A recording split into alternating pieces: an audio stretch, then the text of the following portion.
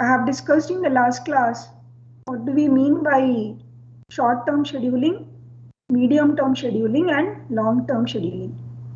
So in a crisp way, I can tell that the process which is available in the ready queue, immediately getting the processor for the execution, which we normally consider as a short-term scheduling, and the process will be in the ready suspend or in the block suspend. I mean, it is getting chance little later for the execution.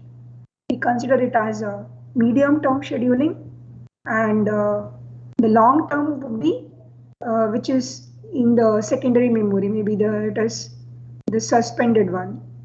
Okay, so this process which is there in the suspended queue, through which it has to get back into the normal the ready queue, then running. Okay, so the process which is taking more delay in the execution, that normally we consider as a long term. Okay, so I think which we have discussed, and also we have seen the queuing diagram for the scheduling. So what do we mean by ready queue, ready suspend, blocked suspend, blocked queue? I hope you got the difference between these. So the process which are immediately getting the chance for the execution will be in the ready queue, and the process which is suspended in the ready suspend state, so that will be in the ready suspend queue. Maybe it will get a chance just next to your ready queue, okay, because it has to put it back into the ready queue, then get the processor time for the execution. Okay, so likewise we have different queues through which we can see in the diagram how exactly these the path through which they are put for the execution. Okay, this is about your priority queuing. I have discussed this. So we may have different priorities of the ready queue. So based on the priority levels, the processor will get a chance for the execution. The highest priority, if I say this is the highest priority queue, then you may get the chance for the execution. One second.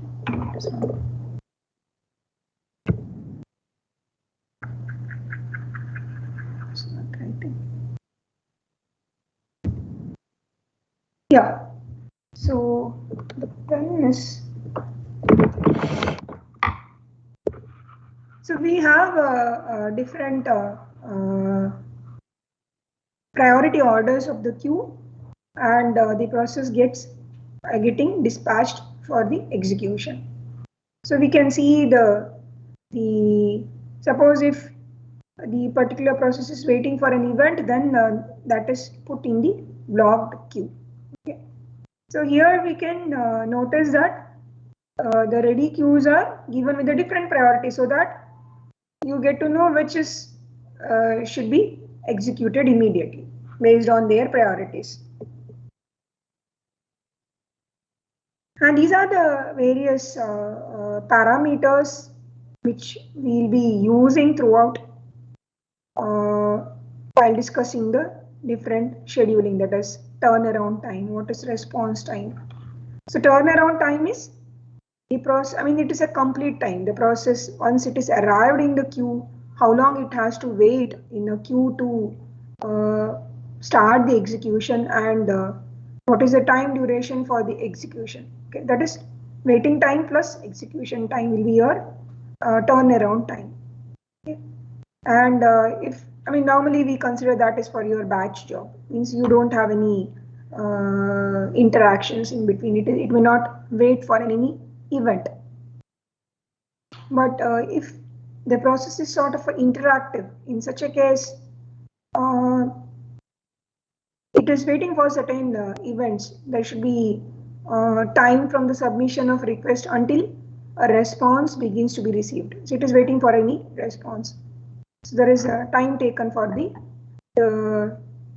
waiting for the response, that is response time. And also we have deadlines. Okay, by when it is supposed to be complete. Okay, so those things we need to understand while talking about the scheduling. Yeah, these are the things I have discussed, scheduling criteria. So we started with the FCFS. First come, first service. As the name says, it's so simple. The process which enters first, this I have discussed.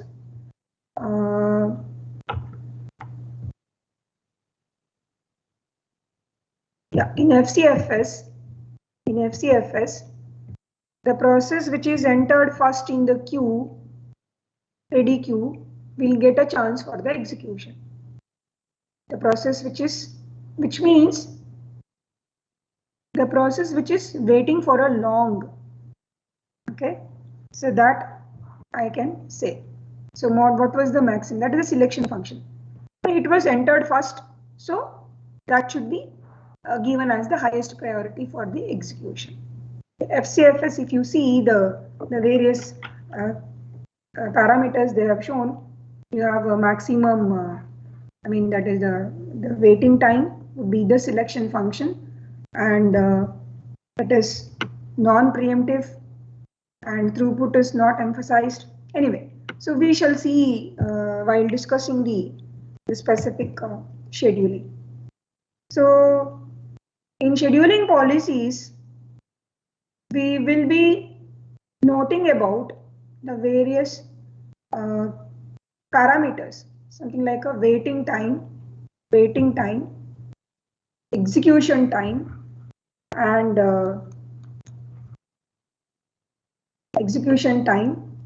the total service time required for the process, including your for the process including your execution time. Okay, that is the total service time.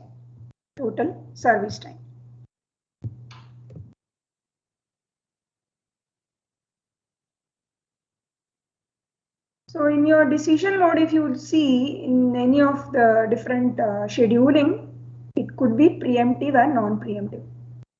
Preemptive in the sense you can interrupt while the process is running, but non-preemptive is you cannot interrupt. The process needs to complete so that next process will get a chance for the execution. That's non-preemptive. Let us take an example for FCFS. Take an example for FCFS. If you notice here,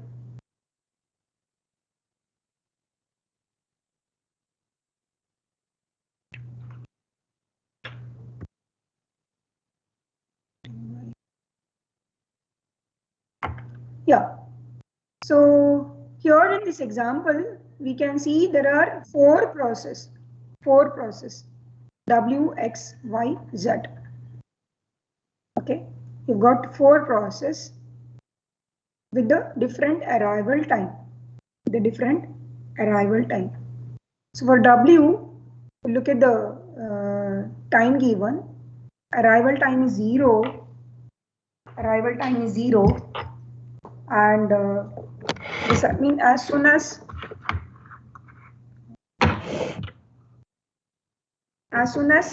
the process is arrived, you start the execution of it.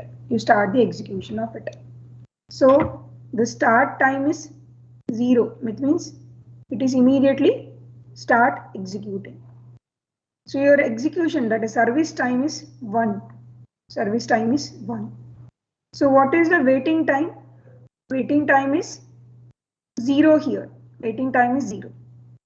So you can see that the finish time is also 1.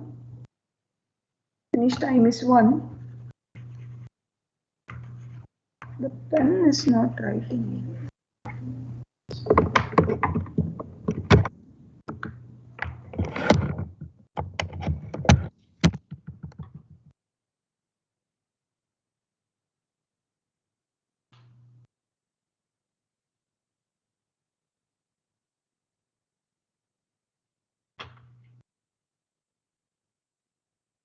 arrival time is 0, and some problem with the writing pad. Anyway, so just note down that service time is 1 for W, start time is 0, and finish time is 1. So the total turnaround time is waiting time plus service time. So you don't have any waiting time over here. It is 0. So turnaround time is 1. So we'll also calculate the normalized time, which is the turnaround time T tau minus Ts, which is 1 again for W. Similarly, you can calculate the time taken for X. For X, the arrival time is 1, and the service time is 100,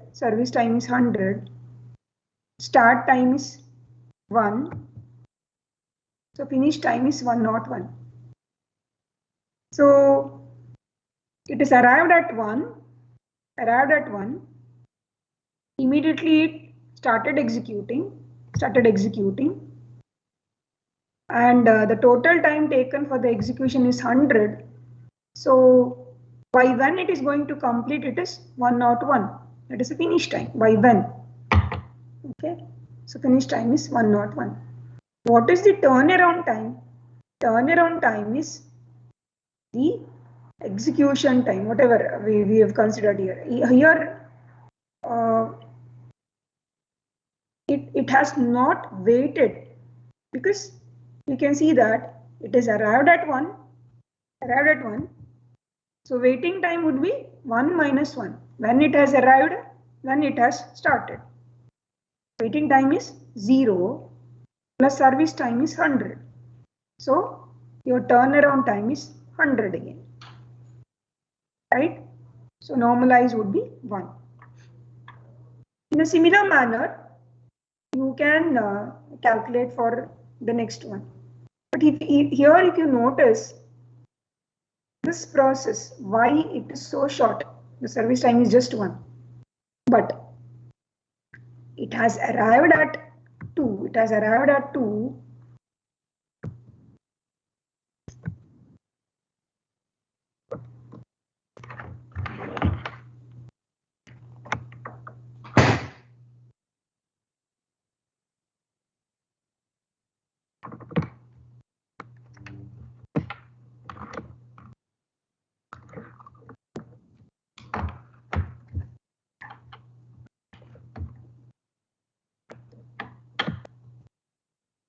The process has arrived at 2, and it start executing at the time 101, because previous process has finished at 101.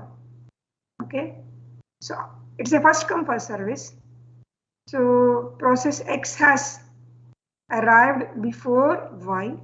So after completion of process X, process Y will start. So starting time would be 101, and just it is a of 1 time unit execution.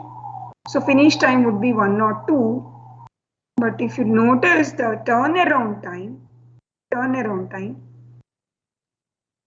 calculate the waiting time. Waiting time is, say, when the process has started to execute. So the process started to execute. So 101 minus 2, which is 99, plus 100. So here the turnaround time would be 100.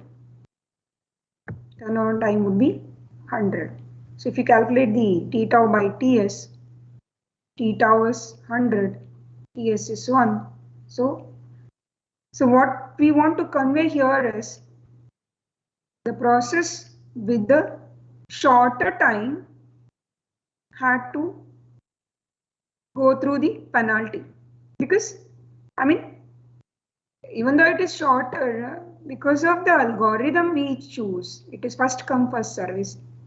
It has had to wait for long time for getting the execution, and your normalized value itself will show that, I mean, it has to wait for such a long time to get chance for the execution. Then coming to process Z.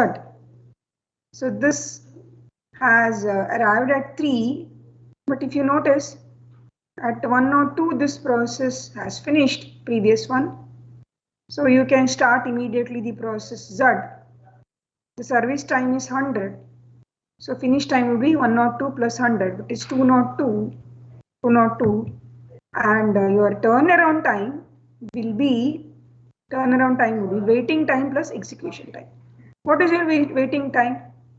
Waiting time is when the process has started minus when the process has arrived. So 102 minus 3. So 102 minus 3 is again 99. And what is the execution time? It is 100. So total turnaround time would be 199. And if you calculate the normalized value, which is 1.99. So you can get the average of turnaround time. There are 4 processes. So add the turnaround time for all the processes, divide by 4. Okay. So you get the the average start and the normalized time. Okay. Any confusion? Hello? No, ma'am. Some issue in my writing pad. I'm not able to. I don't know if I click, it is going to the next slide. So let us take an example here. So there are 5 processes given with the arrival time and the service time. Service time means in the sense execution time. So process A arrived at 0 and execution time is 3. Similarly, the rest. You see here, in first come first service method, the priority would be in the order of A, B, C, D, E, because A has arrived first, then B, then C, then D, then E. Okay, that is the priority of execution. And first come first service algorithm is non-preemptive. So which means till that process completes, the other process will not get a chance for the execution. Okay, so let us see the timeline diagram for FCFS for this given example. So I've given this data here. Just notice only this is quite simple. So A is given with the highest priority. Execution time is 3, and B is having execution time of 6. Okay. So even though the process B has arrived at 2, but it is waiting for 1 unit time to get the chance of the execution. Okay. So then you have a process, C, D and E. Now you need to calculate the the turnaround time, waiting time, turnaround time, and your normalized one. Will you do it? Hello? Yes, ma'am. Yeah. Please calculate and tell me for the different process. The data is given here. Arrival time and execution time. The timeline diagram also shown. Quite easy to come out with the various data.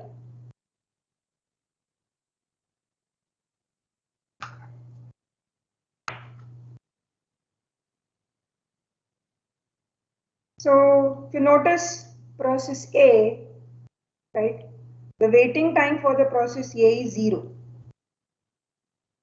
Waiting time is 0 and finish time is 3 because finish time is, it has, by 3 it has finished. So waiting time is 0, execution time is 3. Your total turnaround time as we've given, by when it has completed and when did the process started, right? So turnaround time is waiting time plus execution time. So turnaround time is 3 for process A. So what is the turnaround time for process B? Yeah, please tell me quickly. 7 seconds. Yeah, 7 seconds. There's 1 second waiting time because. oh no seconds, unit time. What could be anything? Okay, don't tell seconds, minutes. So what is the turnaround time? What is the waiting time? First, let me tell. What is the 1. waiting? Yeah. It's 1, right? Because it arrives at 2 and Yes, waiting time is 1. So execution time is 6. So total turnaround time is 7. Right? Similarly, you can calculate the normalized one. What is the normalized time for A? T tau by Ts. It is 1. Right? What about the B? Normalized time.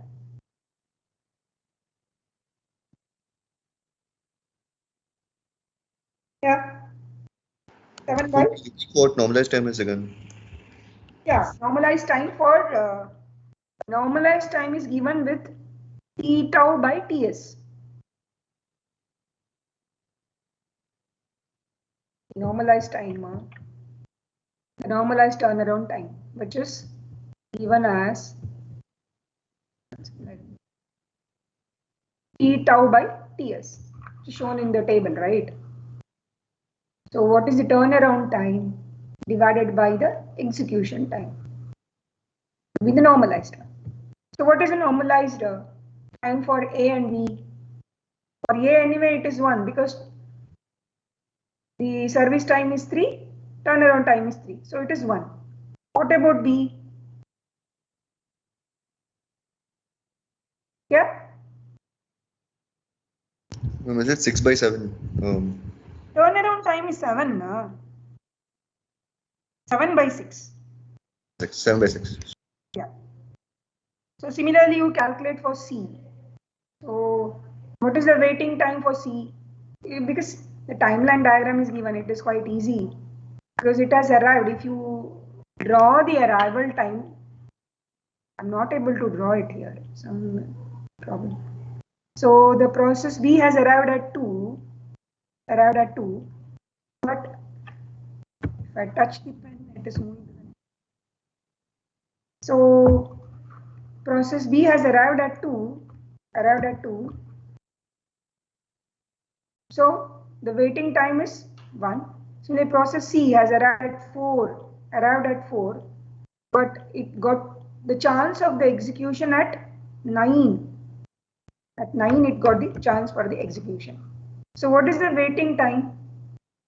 9 minus 5 unit times. 5 units of time is the waiting time. Yeah, 5 units of time. It was waiting in a, it had to wait.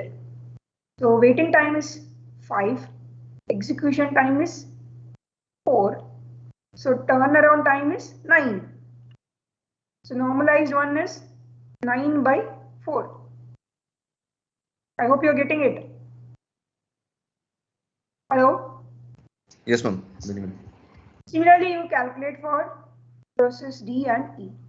So once you are done with it, yeah, you just check the what value you got.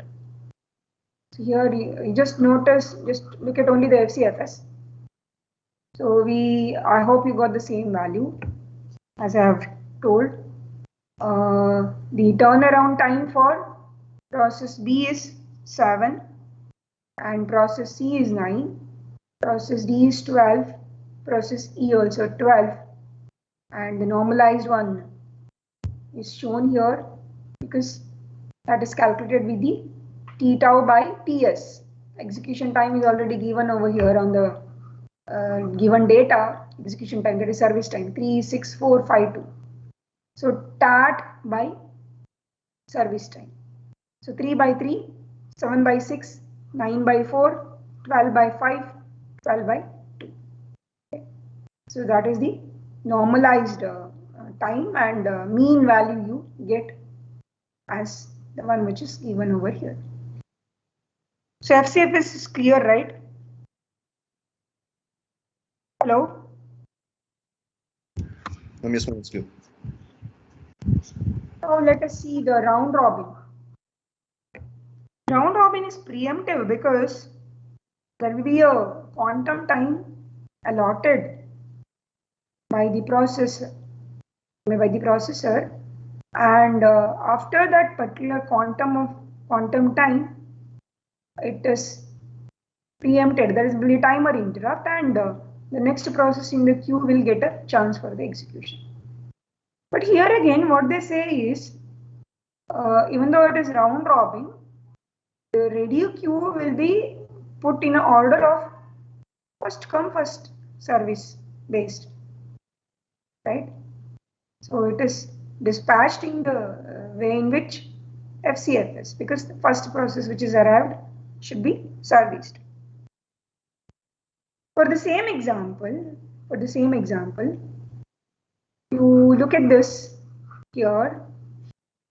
The process A has arrived at 0, none were there, starts executing,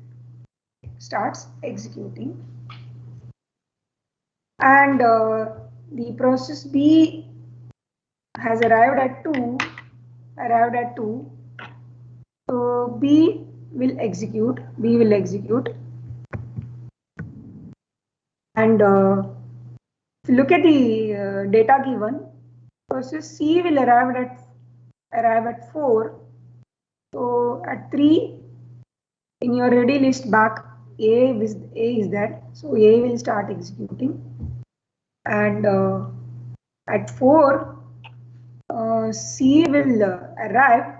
But here, if you notice, they have put, I mean, you need not put in the same way as it is given, but what is the claim here is the ready list would be in the list of first come first service. So B will get a chance for the execution, and next C will get, and by this time A has completed, and according to your FCFS, B is on the list, B will get a chance next. Then you have D, then B, then D, C, B, then E, D, C, B, like it goes on. Okay. By this time, it's a round robin with the one quantum of time, it go on. So if you calculate the turnaround time for each process, waiting time for A is 0, and the execution time, whatever, by when it has finished, by 4, right? So there was some delay in between, so you can calculate the turnaround time for process A by when it has finished. Okay. Similarly, for process B will complete by 15, 16, 17. Process C will complete by 16, 17, 18. Process B by 18, process C by 17, and process D by 20, and process E by 15. That is by when the process are going to finish. Okay. Look at this, the timeline diagram given for round robin with the quanta 1. So what is the turnaround time for process A? Yeah? 4, ma'am. 4. Yeah, 4. So what is the turnaround time for process B? 12. Process B, turnaround time. Just check. Wait. That will be in 30, 20, I think. Yes, 20. Why? Because process B has to wait for 2 intervals and then it finishes at 20. Execution finishes at 20. Finished by 18. It cannot be more than that. Yes, sorry, it finishes by 18 and it also waits for 2, so total is 20. How can it be 20? Try to understand. What is the finish time? 18. Yes, ma'am. It's 18. So what was the arrival time for that process? 2. Right? It got to get chance at 2 itself. So 18 minus 2. Here, see, by when it has finished for process A? By 4. So your total turnaround time is, I mean, whatever the split we have given, that we need to consider here, right? You're not going to add those because by this time the process has finished, process A. So 4 minus 0 will be the turnaround time for process A. Here, finish time, if you see, it is 18. But it started executing at 2 itself. So by when it has arrived? 2. So what is the turnaround time for process B? Process B, if you look at here, means will be, it had to wait no time, 0, but 1, 2, 3, 4, 5, 6, 7, 8, 9, 10, 11, 12, 13, 14, 15, 16. So your turnaround time would be 16. Because if you look at the one, there were no waiting time for this because it is arrived at 2, 0 plus execution time. How long it took for completing 16 unit of time. So turnaround time would be 16 for B. You get it? Yes, ma'am. Yeah? Any confusion? No, ma'am. So then for C, since it has arrived on 4, 4, arrived at 4, 4. so 1 waiting time That's 5. and Yeah, waiting time 1. By when it has finished? By 17. 17. 17 minus 1.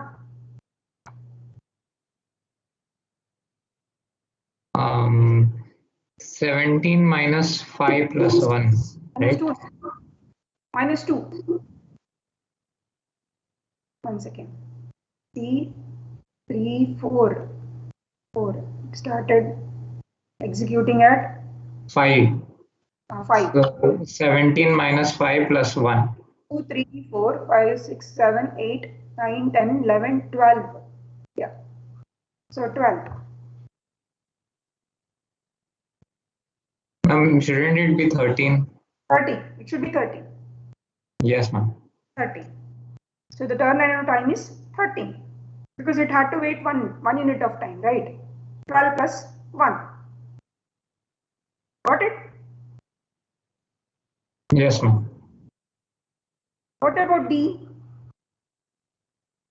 D arrival time is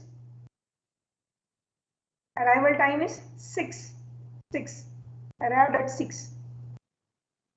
So it had to wait 1 unit of time. Notice here there is a waiting time of 1. Execution time total. You notice here when it has finished by 20. 20 minus 7, which is 13. 13 plus 1. which is 14. For process D, it is 14. You get it? Yes, ma'am. What about process E? E has arrived at 8. 8. 8. But it started executing at 10. Waiting time was 2. Right? Yes, and then 15 completion, 10 start of execution. So 5 plus 2, 7. Exactly. Yes. I hope you understood that. Right? So these are the different parameters which we obtained just now, whatever you have calculated. So you can get to know the finish time by looking at the timeline diagram, and turnaround time you can calculate easily by knowing by when it has started, by when it was arrived, and when it got started, and by when it has finished. Right? So by finish time and minus your when it was started executing will give you the total execution time, and by when it has arrived and beginning of your execution will give you the waiting time. Okay, so in that manner you can compute the turnaround time for the various process and calculate the normalized value. Okay, then get the mean of it. Okay, now supposing I increase the quanta by 4. Increase the quanta by 4. So notice here, notice the timeline diagram given. Okay, it is got, yeah, cut I guess. So quanta is 4 here, but the process A has execution maximum 3. Fine. So A has complete. Process B has arrived at 2, but quanta time is 4, please note. So we don't have anything more for A. So at 3 itself, process B start executing. It can go on up to 4 execution time. Okay. Then you get process C and then D. Okay. And to look at the timeline diagram, process E has arrived at 8. But one second, the diagram got cut, I guess. E is E, A, B, C, D, E. Yeah, E is there. So it is put in a form of a FCFS, first come first service, in a ready list, because of which this is how the various process get a chance for the execution even though in the round robin. Here 4 complete for process B, 2 remaining, that will get only after the D, and then you have E, then the remaining execution time for process D. Maybe if you draw the ready queue for the different process, understand better that how the various processes are put in the queue for the execution. Anyway, A is immediately get a chance. So the turnaround time for process A would be 3 itself, no change, because no waiting, service time is 3. And process B will get a chance at 3, but it is arrived at 2. So waiting time is 1, and by when it has finished. So if you notice here, it has finished by 17. 17 minus 3 will give you the total execution time, plus 1 will be the waiting time. Okay. So 14 plus 1, which is 15 for process B. Similarly, process C. This process C has arrived at 4. arrived at 4. According to the FCFS, you get chance for the execution of process C, and its service time is 4, it is finished. I don't have anything remaining.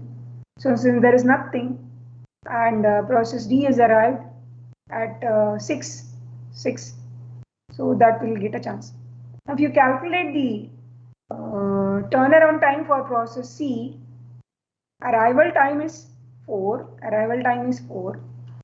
It has to wait for 3 units of time for getting the chance for the execution, and 4 units of service time, totally 7.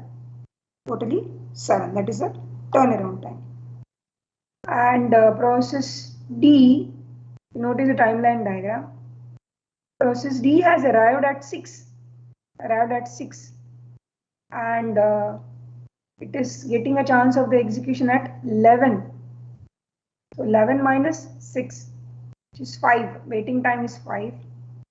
And by when it has finished? It is finished by 20. So 20 minus 11, which is your total service time, I can say. Total service, I mean execution time, not the service. Service time is the, I'm utilizing the processor, but here it is not. So you calculate the turnaround time, you get for process D as 14, right? That is 20 minus 11, which is 9, and then you started, it was arrived at 6. Okay. So, but it has to wait for 4 units of time, right? 9 plus 4 or 5. Yeah, that is the turnaround time for process D. Similarly, your process E, which is having a very short unit of time for the execution, it is started executing at 17 and completes by 19. So 19 minus 17, I mean it is 2, and waiting time would be, it is arrived at 8, but started executing at 17. 17 minus 8 would be the waiting time. So the total turnaround time would be 11 for this. So this is how you calculate the turnaround time and the normalized one. So this table shows the round robin with the quanta 4. So notice the different values given. The turnaround time for process A is 3, and process B it is 15, C 7, D 14, and E 11. And you calculate the normalized values because you have the service time. So 3 by 3 it is 1, 15 by 6 it's 2.5, 7 by 4, and 14 by 5, 11 by 2. Okay. So this gives you a normalized one, and then you calculate the mean of it. Any doubts in the round robin? Wow, question, ma'am.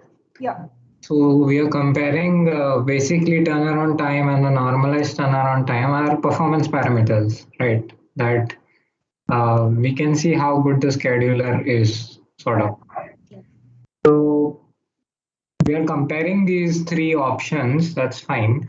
But what do we actually expect these numbers to be around for our, we are dealing with real-time systems. So what sort of values do we want to achieve?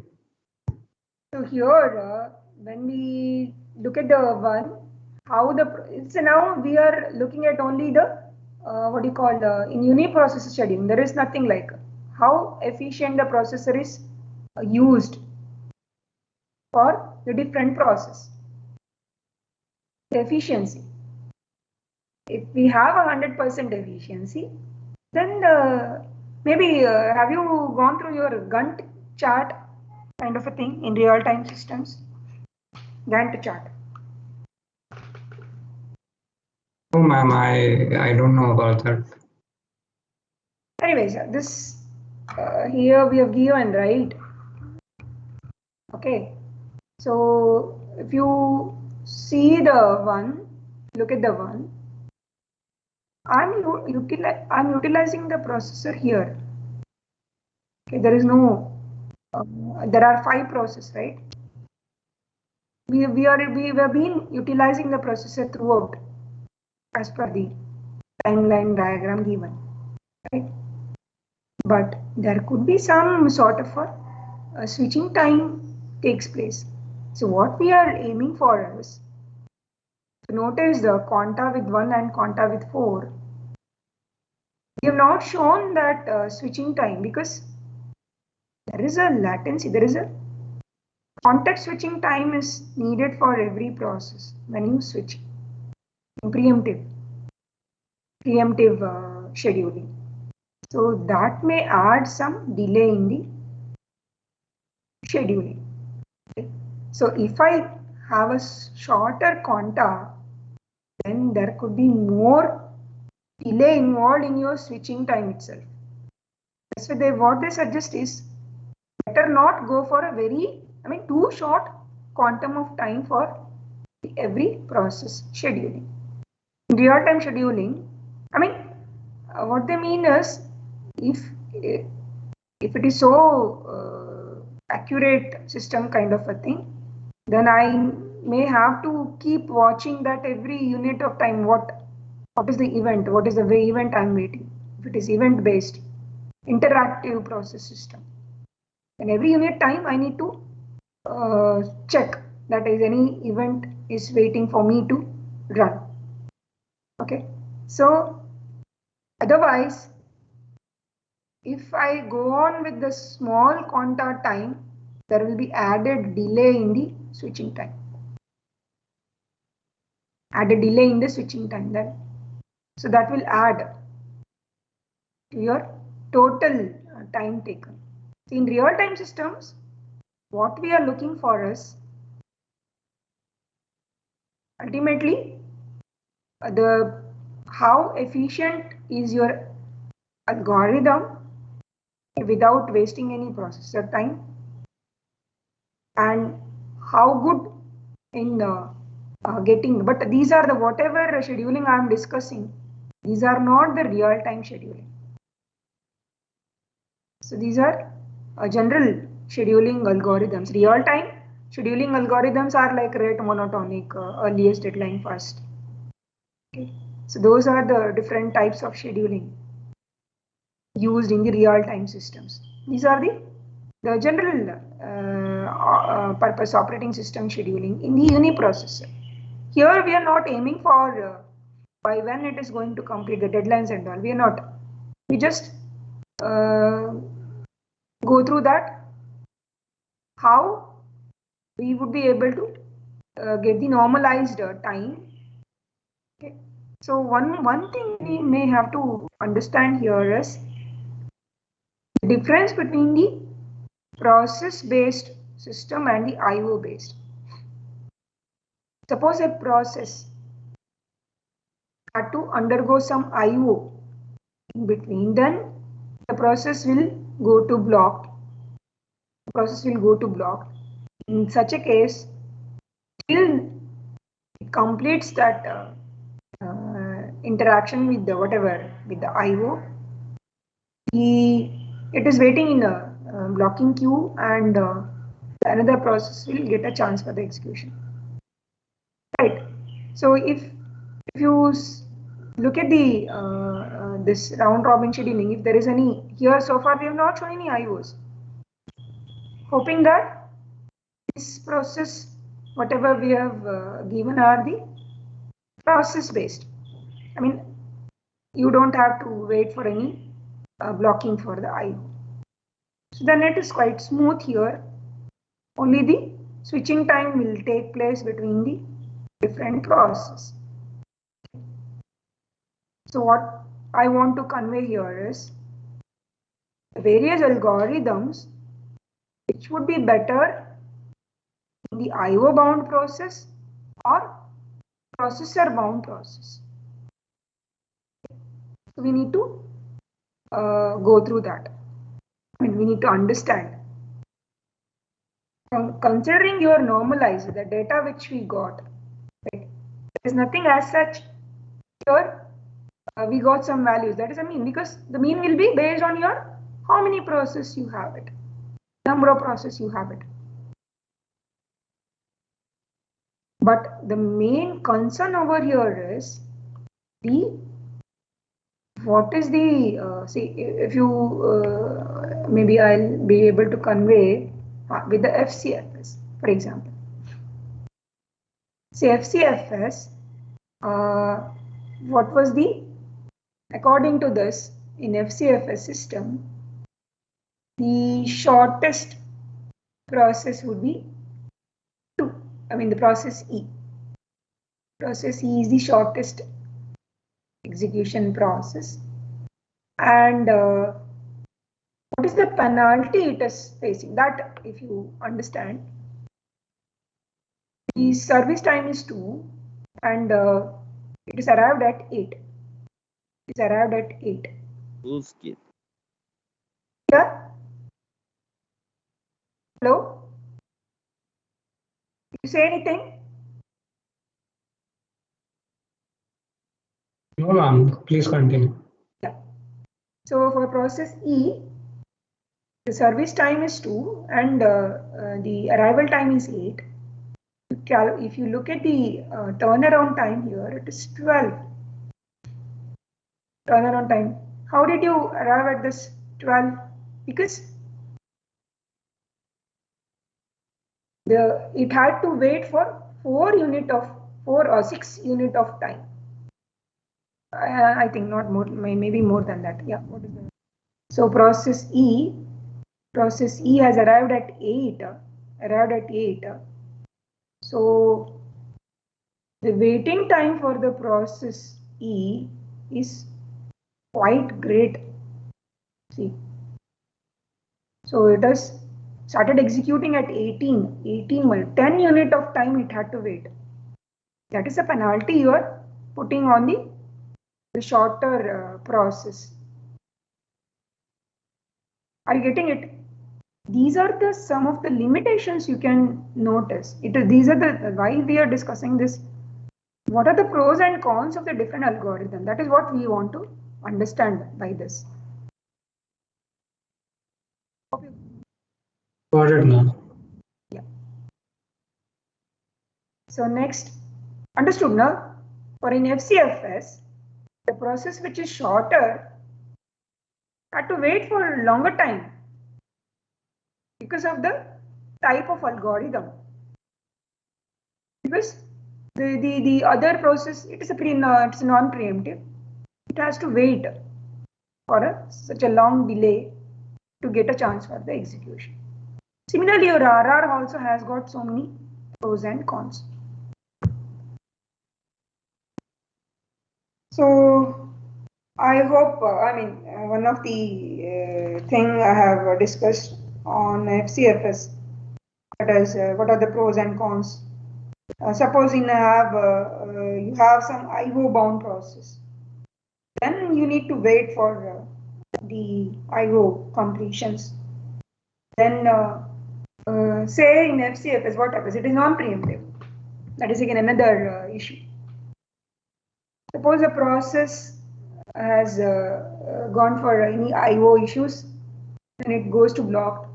I cannot give it for somebody. It's non-preemptive, right? Are you getting it? Hello? Ma'am, if a process blocks, we cannot preempt and start another one. Yeah, it cannot, because till it completes, the other process has to keep waiting. Suppose if there is any IO or any, let us consider for B. At 5, it has gone for IO, and whatever the IO after completion of IO, it will come back, and the remaining execution time it will complete. Then the next process will get a chance. So those are the different non-preemptive FCFS drawbacks. So there are certain pros and cons. By looking at the particular example, you can list what are the plus and minus of the specific algorithm. Okay. Any doubts on this? These three algorithm which I discussed? No, ma'am. Then I'll proceed to. Anyway, this I have already discussed. But let us go a little in detail. The round robin, the main issue here is what is the time quantum or the slice to be used. That is with which you are going to design the algorithm. So we've seen in the example with the quanta with 1, quanta with 4. You do the comparative analysis with the two quanta, then you can analyze whether we go for quanta with 1 or quanta with 4. So what would be our better solution? So those things you would be able to understand and analyze with the given example. If quanta is too short, then the short process will move through the system very quickly, right? I hope you're getting it. I have explained with the FCFS. If the quanta is too short, then the next process will immediately get a chance for the execution. It need not wait for a long time. But there is a processing overhead involved in handling your switching time, clock interrupt, dispatching, etc. So that will add. So very short quantum may not be so advisable. The time quanta should be slightly greater than the time required for some typical interaction. That is what they suggest. So if it is too less, then most processes will require at least 2 time quanta. Okay, so that is what they give some guidelines. So here, so time quantum greater than the typical interaction. So this is a timeline diagram. So we can see the quantum of time here, quantum. Here it is given as Q. So process allocated time quantum, and you start, I mean, by when the, this is this response time. Response time in the sense, by when it is going to get the chance for the execution, and the interaction complete, and you have, this is total time, Q minus S. So response time. So this is total quantum. Here if you notice, the quantum is greater than your typical interaction. So this is your interaction time, you call it as a response time. Then the next would be the quantum time is less than your response time. But if the quanta time is lesser than the response time, but in between, other process will get a chance for the execution, right? So this is your process allocated time quantum, and the next, say for example, by when the interaction will complete and when. So here in this case, time quantum is less than the typical interaction. So this is not normally they advise. So round robin is particularly effective in general purpose time sharing system or transaction processing system.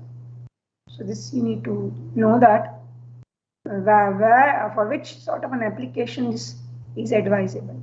The drawback is relative treatment of processor bound and IO bound process. So what is processor bound? More focus on the processor.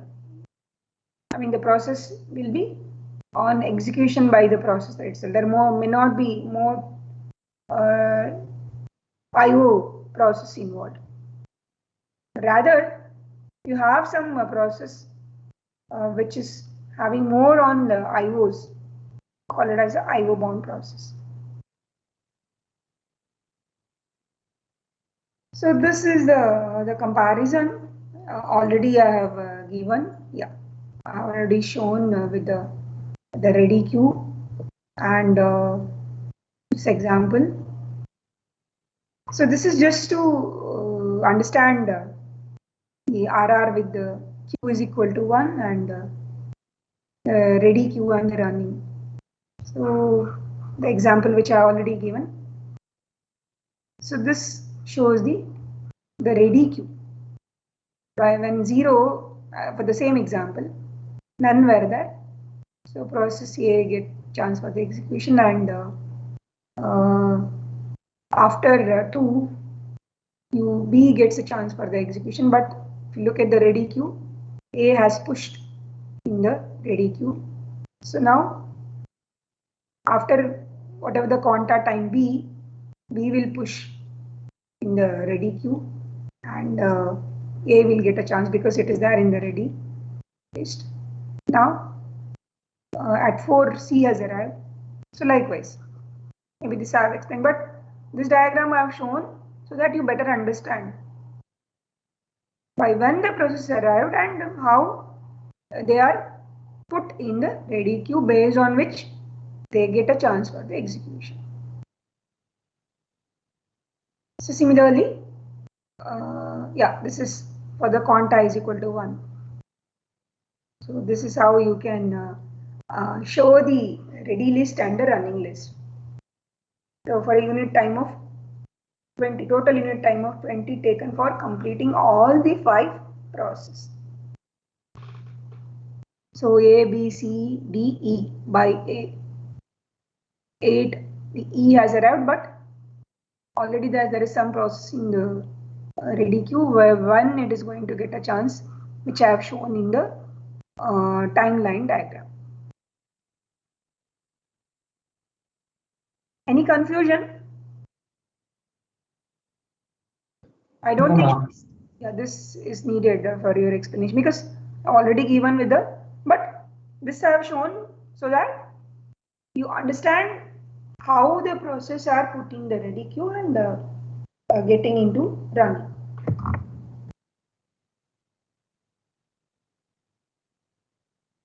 Yeah, coming to the next process,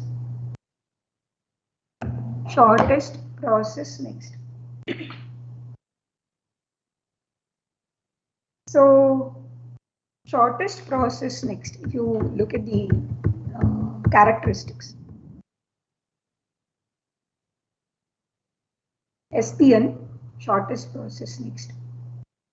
The selection function is based on the process which takes less time for the execution. Less time for the execution, that is minimum. Less time for the execution. And this is again non-preemptive. And they say that they claim that throughput is high, means number of processes are run in a unit time would be great, and response time provides good response time for short process, and overhead can be high because it's non-preemptive, and moreover the process need to wait in a queue and effect on the process. This will penalize the longer process. Maybe you have a starvation kind of a thing. So starvation is possible because the longer process sometimes may not get a chance for the execution provided if the shorter process keep entering into the queue. Okay, so these are the characteristics of SPN.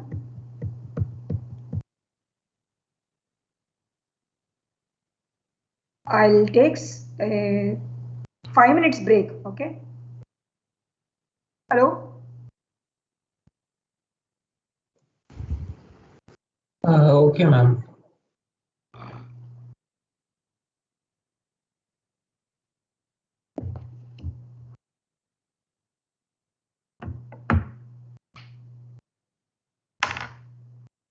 Ma'am, when will we be having our quiz?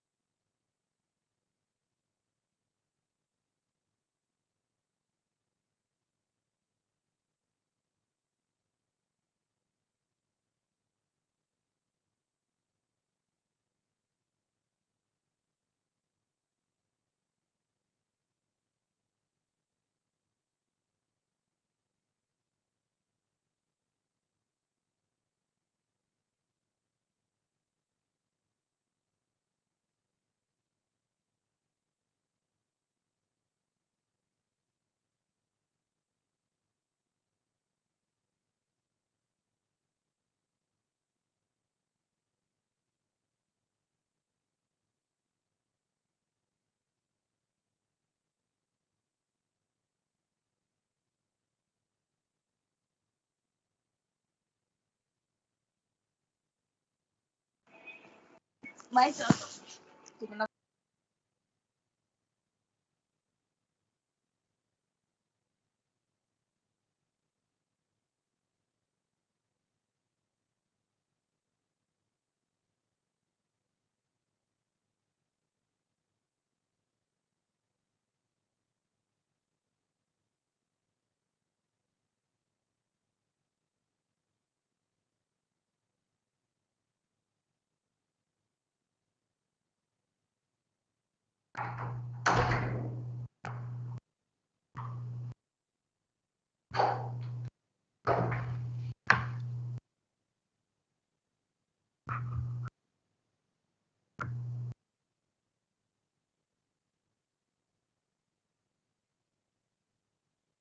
Hello.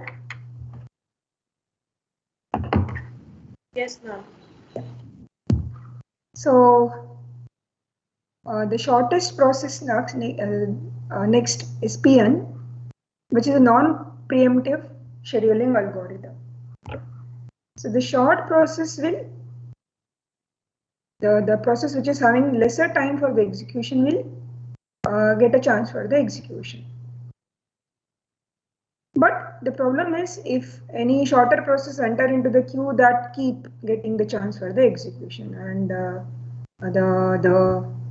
I mean it will enter into the head of your queue, so that is getting the chance for the execution. So you need to estimate the required processing time for each process.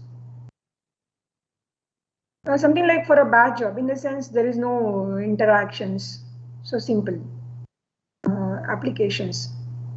The system may require the programmer to estimate the value and supply it to the operating system. So you need to pre-calculate what would be the estimated time. Okay.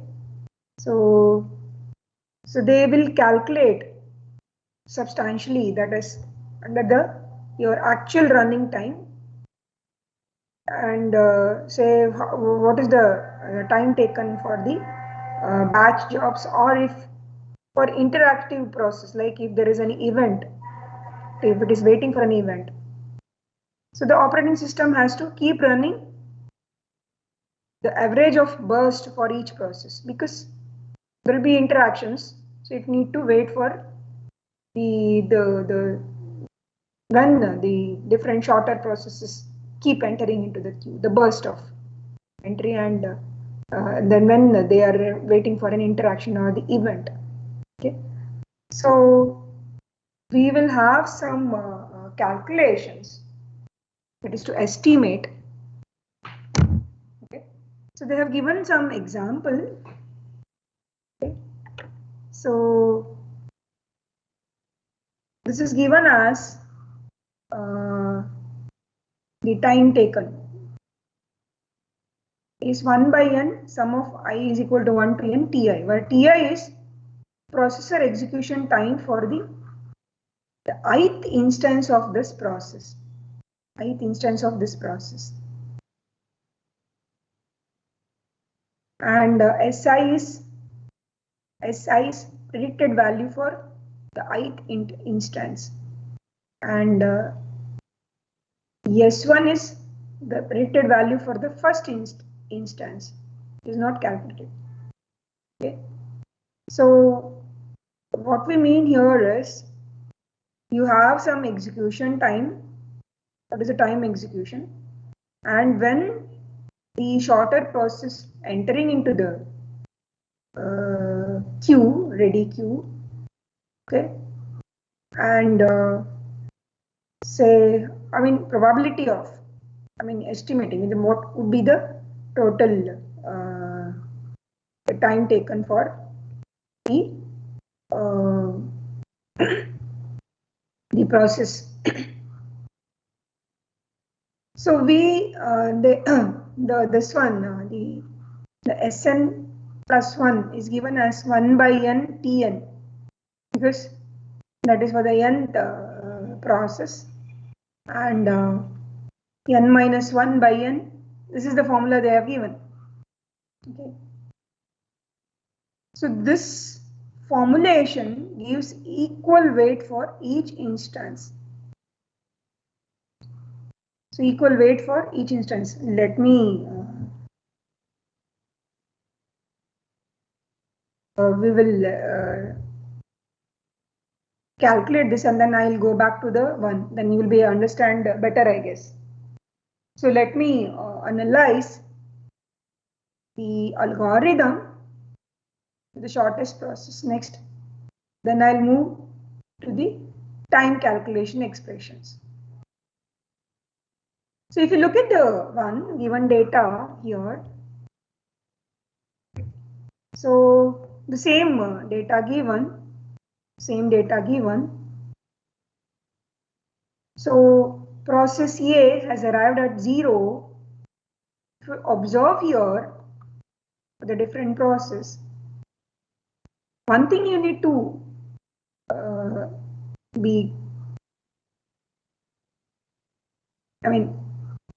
note that when the process has arrived, before the process has arrived, you cannot give it further execution, right?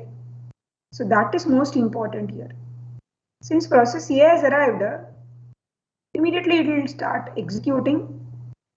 It is non-preemptive, please note, it's non-preemptive. It completes. So process B has arrived at 2, but again there were none in the ready queue. When the process arrived at 2, A was there, but A is running. So after completion of A, B will start executing. So now B start executing and it go on, because it is again non-preemptive. And you see here, when the when the process B is running at time of 4, C has arrived with the execution time of 4.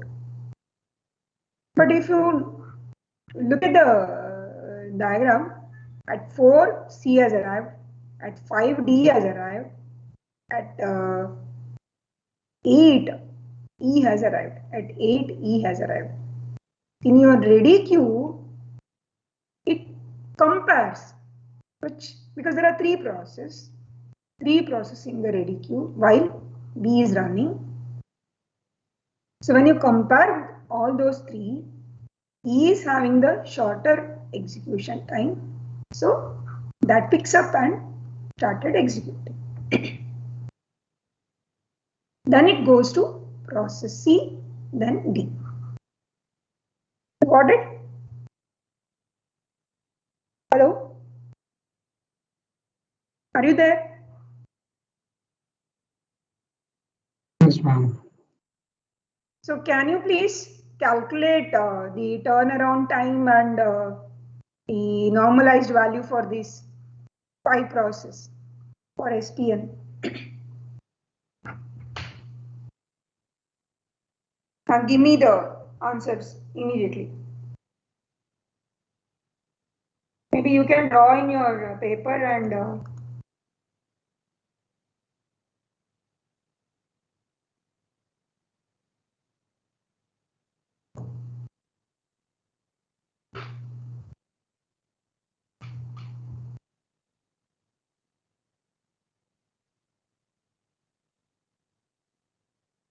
can you tell me the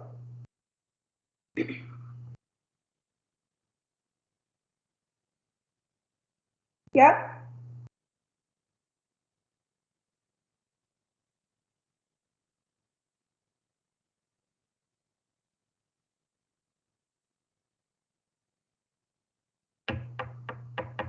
What is the turnaround time for process A?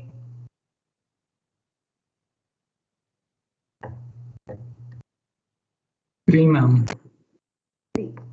What about B? It's quite simple because non-preemptive. For non-preemptive process, it is very easy to calculate the turnaround time.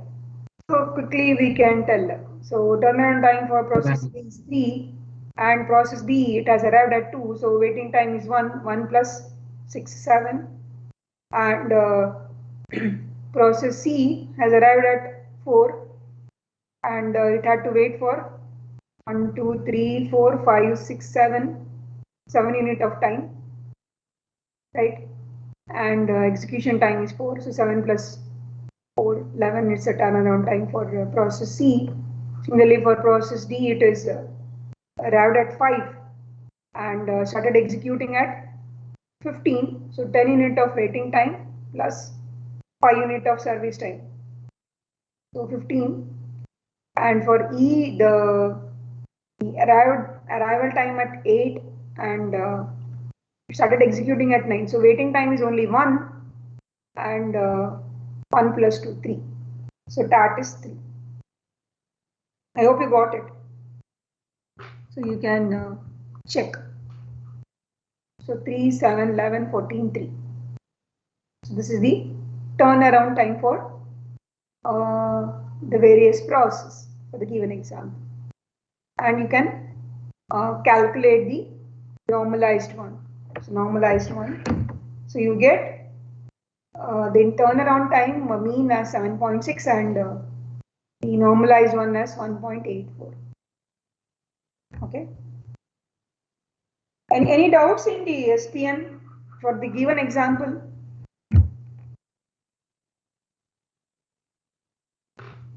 Yeah. No doubts. Only one student is talking, and rest all are they? No doubts. Yes, ma'am, understood. Okay, I will continue in the next class with the various timing notations and the other 2 algorithms. Okay.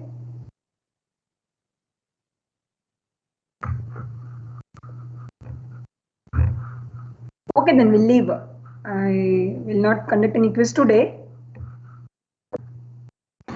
Thank you, ma'am. Thank you. Thank you, ma'am. Thank you, ma'am. Thank you, ma'am.